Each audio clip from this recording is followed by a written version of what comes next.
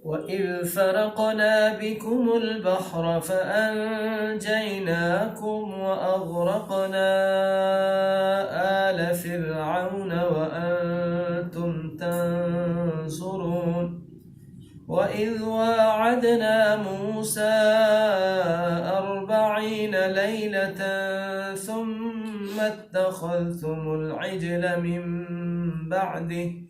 من بعده وأنتم ظالمون ثم عفونا عنكم من بعد ذلك لعلكم تشكرون وإذ آتينا موسى الكتاب والفرقان لعلكم تهتدون. تلفظ ایک آیت کا، وَإِذْ اور جب، وا اور ای میں سے کوئی بھی لمبا نہیں ہوگا. ہم نے یہ ڈیسائیڈ کیا ہے، یہ رول بتایا ہے، زبر زیر پیش کو لمبا نہیں کرتے. فرقنا میں جو سیکھنے کی چیز ہے کہ فا اور را ان میں سے کوئی لمبا نہیں ہوگا، اور را کو بولڈ پڑھیں گے کیونکہ را موٹے حروف میں شامل ہے، لیکن را کے اوپر زبر یا پیش ہو تو موٹا ہوتا ہے، را کے نیچے زیر ہو تو باریک ہوتا ہے. فروق. اور قاف بھی بولڈ لیٹر ہے، بولڈ لیٹر 8 ہیں، قاف، طا، خا، را، صاد، ضاد، طا، ظا، غین اور قاف. اور آل ایٹ دا سیم ٹائم یہ قاف قلقلہ لیٹر بھی ہے، قاف، طا، با، جیم، دال. اور قلقلہ لیٹر یہ 5 لیٹرز جو ہیں اگر ساکن ہو تو یہاں قلقلہ ہوتا ہے، یعنی قلقلہ کا مطلب ہے کہ آواز کو ہلا کر پڑھنا. فرق، فرق نا، تو نا کو لمبا کریں گے، یہاں حرف مدہ ہے. بکم البحر، بکم کسی کو لمبا نہیں کریں گے. بح، ہا کی آواز کو دیکھیں، بح را، را کو موٹا پڑھیں گے. بکم البحر فانجیناکم، فا کو لمبا نہیں کریں گے، پہ اخفا ہوگا. نون ساکن اور تنوین جب آ جائے تو نوز میں آواز آتی ہے. جائی، یا آپ بتائیں جی یہ کیا ہے؟ حرف لین ہے. حرف لین کو پڑھنے کا طریقہ یہ ہے کہ نہ تو اس کو لانگ کرتے ہیں نہ ہی اس کو کوئک کرتے ہیں. نو جرک نو لانگ. فَأَنْجَيْنَاكُمْ، نا اسٹینڈنگ الف ہے، کھڑی زبر، اس کو ایک سیکنڈ لمبا کرتے ہیں. کم. وَأَغْرَقْنَا، یہاں پر غین کو بھی بولڈ پڑھیں گے، غین موٹے حروف میں شامل ہے، خا، را، صاد، ضاد، طا، ظا، غین اور قاف.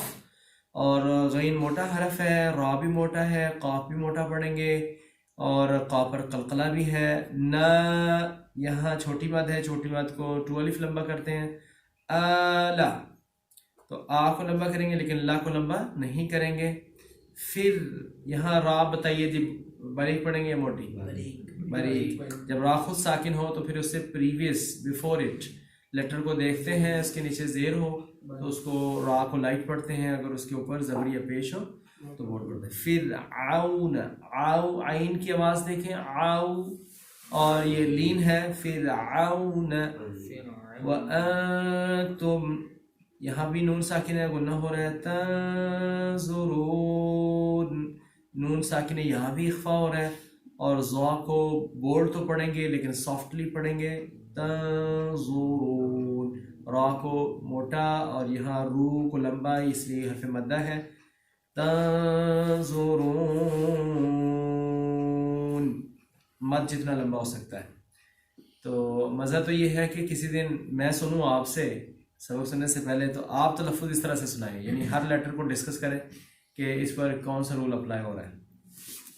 ترجمہ جی، و اور، از جب، فرقنا کا معنی ہے پھاڑا، فرقنا ہم نے پھاڑا، فرقنا ہم نے پھاڑا. نا آگے نا اینڈ پر فعل ماضی بھی ہے، اور لاسٹ وہ اس کا سیگا ہے، لاسٹ سیگا ہے 14واں. فرقنا ہم نے پھاڑا، بکم تمہارے لیے، یعنی تمہارے ساتھ لفظی بارنا تمہارے لیے، البحر سمندر کو، البحر سمندر کو. تو بحر بھی اردو میں استعمال ہوتا ہے، بحر الکاہل، بحر ہند، ٹھیک ہے. تو بحر سمندر. فا کا معنی کیا ہے؟ بس یا تو یا پھر. انجینا، یہ نجات سے ہے یہ لفظ. انجینا کا معنی کیا ہوگا؟ ہم نے نجات دی. پیچھے بھی لفظ گزرا ہے نجینا اور انجینا، ہم نے نجات دی کم تمہیں. و اور اغرقنا کیا معنی ہوگا؟ ہم نے غرق کیا. ماشاءاللہ آنا شروع ہو گیا. آل فرعون، آل فرعون کو، فرعونیوں کو. وانتم اور تم، تنظرون تم دیکھ رہے تھے، یعنی تمہاری آنکھوں کے سامنے ان کو غرق کیا. یہ ادھر دیکھ رہے تھے ڈوبتے ہوئے. اور اس جب وعدنا، یہ وعدہ سے ہے، وعدنا ہم نے وعدہ لیا موسیٰ علیہ السلام سے 40 لیلتاً راتوں کا. لیلۃ القدر اردو میں استعمال ہوتا ہے، ٹھیک ہے. 40 لیلتاً 40 راتوں کا وعدہ لیا. ثم پھر اتخذتم، اخذ یاخذ کو بنتا ہے پکڑنا، پیچھے لفظ گزرا ہے خذو پکڑو، ٹھیک ہے. خذو پکڑو پیچھے لفظ گزرا ہے. اتخذتم تم نے پکڑ لیا. اتخذ یتخذ پکڑنا، بنا لینا. اتخذتم یہ جمع مذکر حاضر کا صیغہ ہے، تم آگے نا اینڈ پر. اتخذتم تم نے پکڑ لیا العجل بچڑے کو. عجل بچڑے کو کہتے ہیں جی، بچڑے کو پکڑ لیا، گائے کے بچے کو کہتے ہیں بچڑا. تو بچڑے کو پکڑ لیا، معبود پکڑ لیا، یعنی اس کو اپنا معبود بنا لیا. اس کے پیچھے ایک پوری سٹوری ہے جو 16ویں پارے میں اللہ تعالیٰ نے اس کو ڈسکرائب کیا ہے کہ سامری نامی ایک شخص تھا، اس کا نام بھی اللہ نے ذکر کیا ہے قرآن پاک میں. تو اس نے کیا کیا کہ ایک زیورات جو ان کے تھارے تھے نا، ان کو سب کو اکٹھا کر کے پگھلا کے تو اس کا ایک بچڑا بنایا. بچڑا ہی اس نے کیوں بنایا؟ کوئی اور بھی کچھ بنا سکتا تھا. یہ اس لیے کہ اس سے پہلے یہ گائے کے پجاری تھے. یہ بھی گائے کے پجاری تھے. ہندو بھی گائے کے پجاری ہیں نا، وہ بھی گائے کے پجاری تھے. تو خیر یہ پیچھے جو اب ایمان لے آئے تھے تو اس سے پہلے تو یہ گائے کے پجاری تھے، اب ادھر آ کے وہی گائے کو پھر بنا لیے.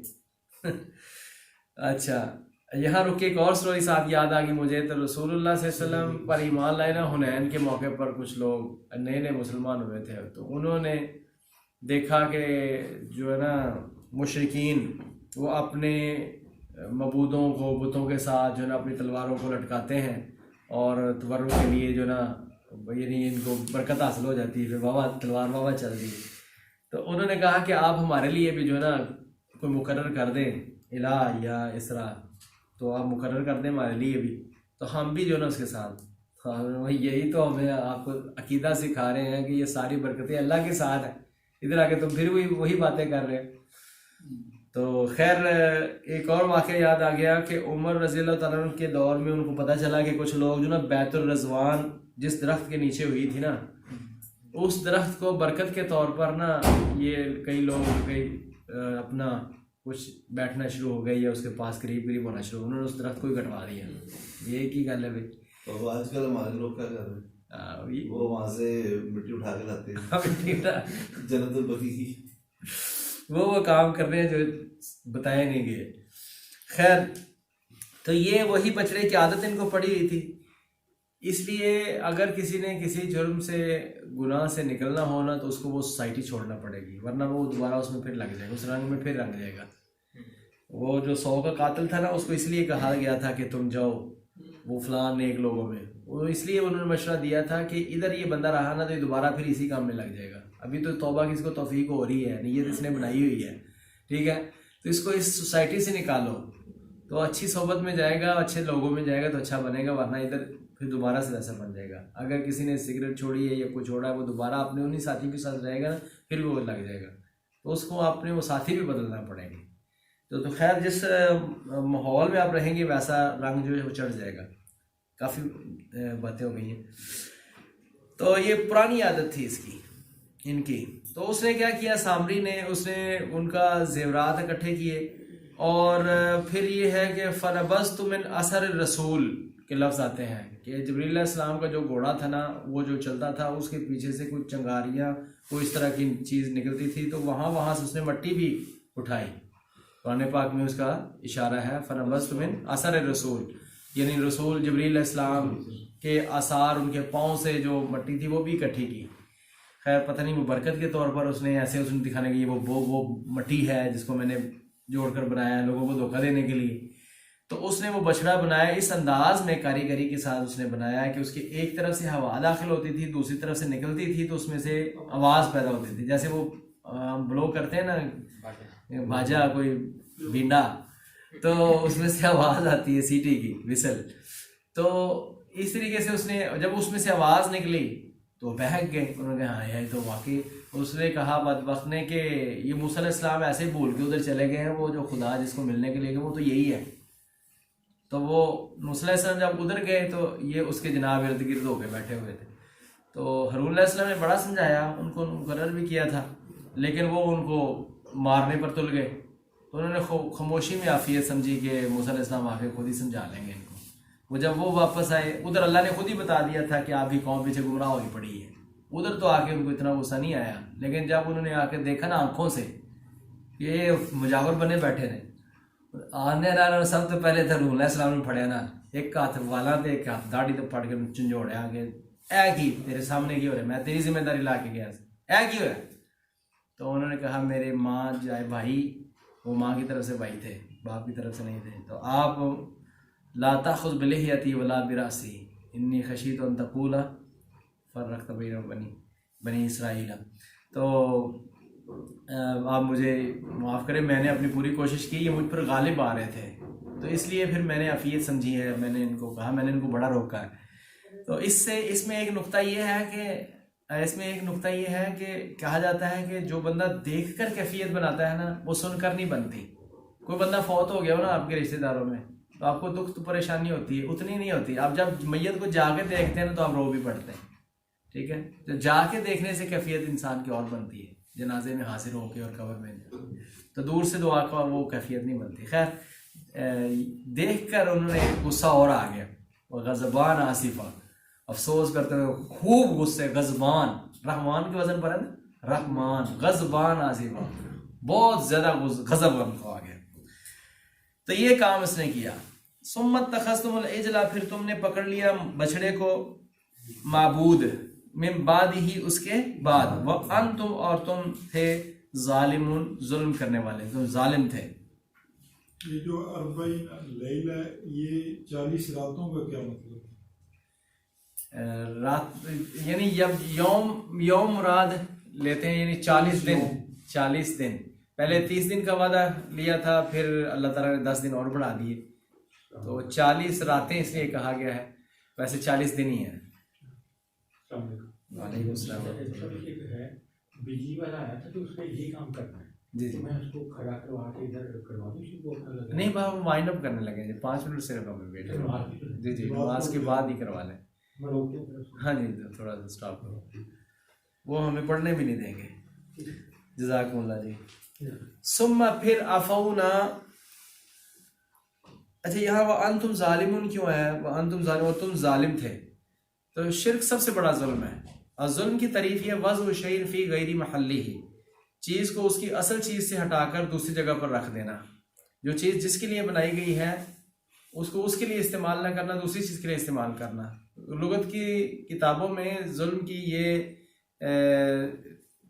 مثال دی گئی ہے کہ جیسے کوئی شخص بیل کو کھلا رکھے چارہ کھانے کے لیے اور گائے کو وہ ہل پر جوت دے، کنویں پر جوت دے، گائے کو ہل پر اور کنویں پر جوت دے، اس کو محنت پر لگا دے، اور بیل کو جناب پٹھے کھانے کے لیے آپ چھوڑ دیں. تو یہ ظلم ہے. موجودہ دور میں یعنی فیمیلز کو، ماؤں بہنوں کو کمانے کے لیے دھکیل دیں اور خود کارٹون ڈال کے اے سی میں بیٹھیں، تو یہ ظلم ہے.